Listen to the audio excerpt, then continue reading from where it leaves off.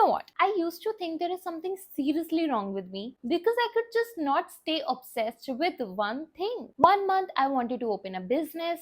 Second month, I wanted to study psychology. Third, maybe I wanted to learn a new language. Fourth, maybe I wanted to start content creation. And the list goes on and on and on. And literally everyone kept saying, just pick one thing, just focus on one thing. And even on Instagram, people are like, just pick one niche, focus on it, post on one niche only. But what if I tell you that's not the truth? Because what if your brain just does not work like that? Well, let me tell you, recently I discovered something called the M-shaped personality, and for the first time in years I literally felt understood. And before you think this is some kind of a theoretical or analytical video, no, this is just a real talk between us. So if you're also feeling this, then this video is for you. Hi guys, welcome or welcome back to my channel. This is the girl Mitali again. So I'm back with another video, and this video is very personal to me because this video speaks a lot about me. So what are we waiting for? Let's get right into the video. Now, before I tell you about M-shaped personality or something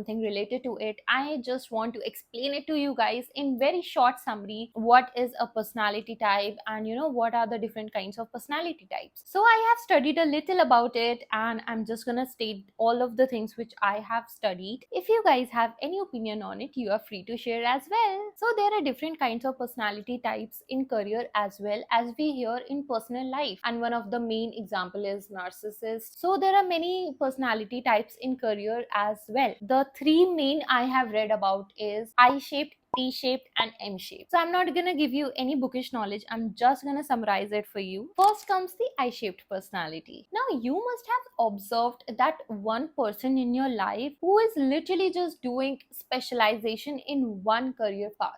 Any student around you who is just pursuing MBBS, or anybody who is just into engineering, anybody who is into a specific field and giving it their all, then darling, they are the I-shaped personality. Because people who have I-shaped personality tend to just specialize in just one specific field. You see the letter I, right? It's just straight. So they have deep knowledge in only one specific area. You'll see them studying so hard or working so hard in one area, acing in it, and just earning through it for the rest of their life. And this is a major example of I-shaped personality. Now, T-shaped personality is a quite similar to it, but a little different too. You see some person who has deep knowledge in one area, but has also some knowledge in the other regions also. So that, my dear friend, is T-shaped personality. For example, you are doing, let me say you are an accountant. So now your deep knowledge is in accountancy, but you have also knowledge in other specific areas. For example, content creation, or maybe coffee culture, or maybe swimming, or any other regions in which you have some knowledge. Sounds pretty exciting, right? As you see the T letter, you'll see a straight line. That straight vertical line denotes your one expertise field in which you are just expert, and that one horizontal line denotes all the extra skills you are learning or you are relating yourself with. For example, a marketer who also knows a little about psychology, communication, editing, design,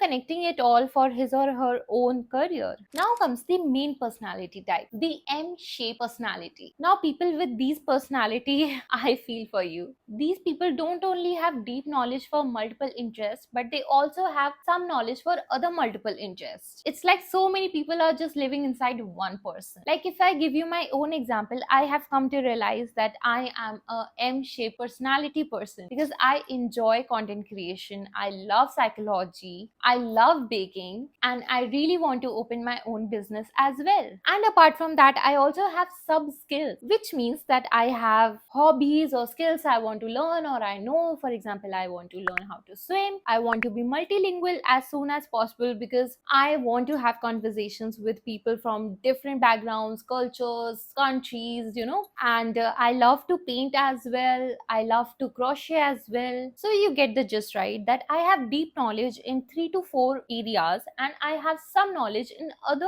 3 to 4 areas as well. Now you see the emulator. You'll see three vertical linear lines. These depicts the multiple interests in which you have deep knowledge. And if you see the two horizontal lines, you'll see that these are the interests you have some knowledge in. And because of all those multiple interests, our lives could look messy from the outside. You can read about it more on the Wikipedia, but I tried to cover as much as possible in a short period of time because I do not want to bore you with the theory. I just want you guys to understand the basics. Now, since you have known the I-shaped, T-shaped and the M-shaped personality, the main character of our today's video, I'm gonna tell you guys how you feel when you have the M-shaped personality. How I used to feel when I did not even know that, I have this personality trait. I literally used to feel so inconsistent between things, like one day I am doing content creation, second day I'm studying psychology. I used to feel, okay, I'm doing this thing today, but then tomorrow I'm just not doing this thing. So there is no consistency, and you're juggling between 3 to 4 things, trying to do them every day, and it is literally so chaotic. And feeling guilty for changing the interest, oh my god, like I used to feel guilty. I used to constantly feel like, why am I not interested in just one field? Because I used to look at people who have, one interest, they are studying for it, working hard for it, acing in it, and getting the success, and just know that what they want to do. And I used to feel like, oh, there are 3 to 4 options I want to choose from, and I cannot choose because these are the 3 to 4 options I want to do. And when the people around you ask that, oh, what do you want to do in life, you're like, how do I tell you that I want to do this?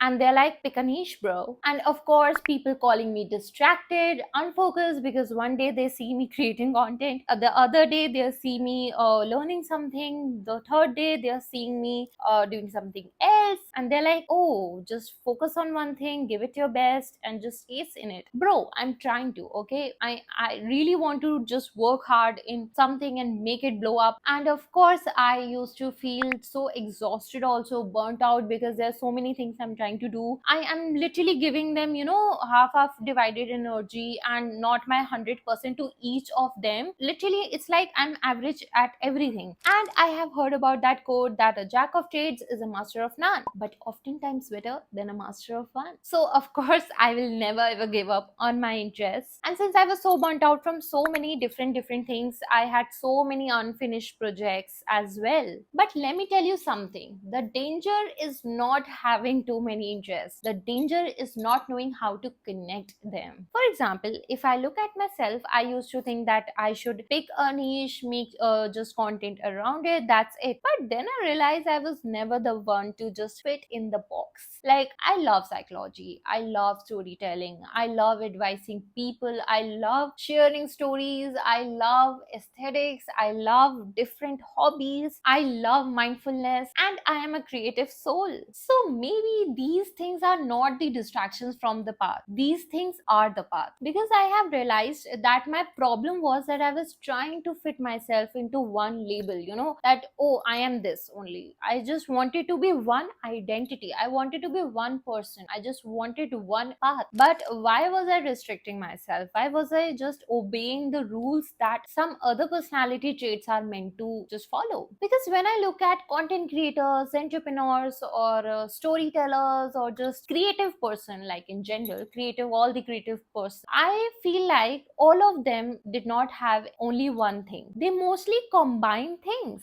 like psychology with business, art with technology, or maybe storytelling with strategy. Maybe their uniqueness does not come from one linear line. Their uniqueness comes from the overlap, the multilinear lines. So I feel like the goal should not be to just stick to one thing, or just choose one thing, or just revolve yourself around one thing when you are not someone who can do that. The goal should be how to connect them, how to choose your favorite, how to build a world connecting them. Maybe the reason I or you were, always lost, or just searching for things, because we were searching for just one clear path, that one signal, that one sign that, oh, this is the thing which I want to do. But maybe we just wanted this sign, this sign to actually know that how to connect things together, that, oh, these are all the things which I love to do and I can do all of them. I just should know how to connect them well. So all I want to say is that if you're also a person who has multiple interests, do not fit yourself into the box. You are not meant to be be fit inside a box. If you have multiple interests,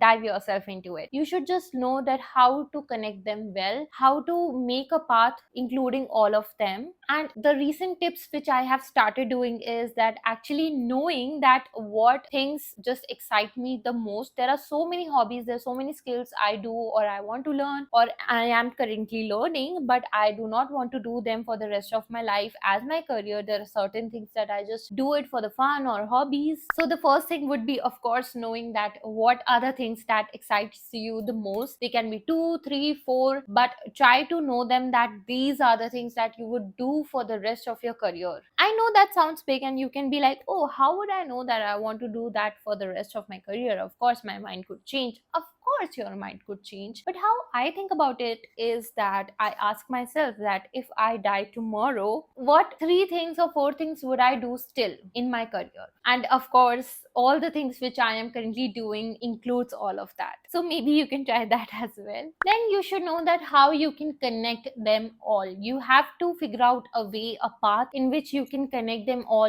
Some way they all are interlinked and giving you a lot of profit. And maybe not all, maybe just a few. You don't have to include all the things or hobbies or skills. Of course, keep that in mind, because few can become your career and few can become your personality. For example, you are a person who is studying psychology, making content creation on the side, and also having your business supporting mindfulness and gratefulness. And you also have certain hobbies and skills like learning new languages, and you are just working hard on yourself, your communication skills, and these are the side quests which you are doing just to polish yourself or maybe for fun. So yeah guys, this was it. I hope you guys find this video helpful in some way or the other, and do not worry much, everything is gonna work out in your favor in the best way possible. So I will take your leave, and if you guys have any questions, any opinions, or any other video suggestion ideas, you guys can drop it down in the comment section below. I'll try to make a video on that as well. Till then, thank you so much for watching. I'll see you in another video very soon. Bye bye.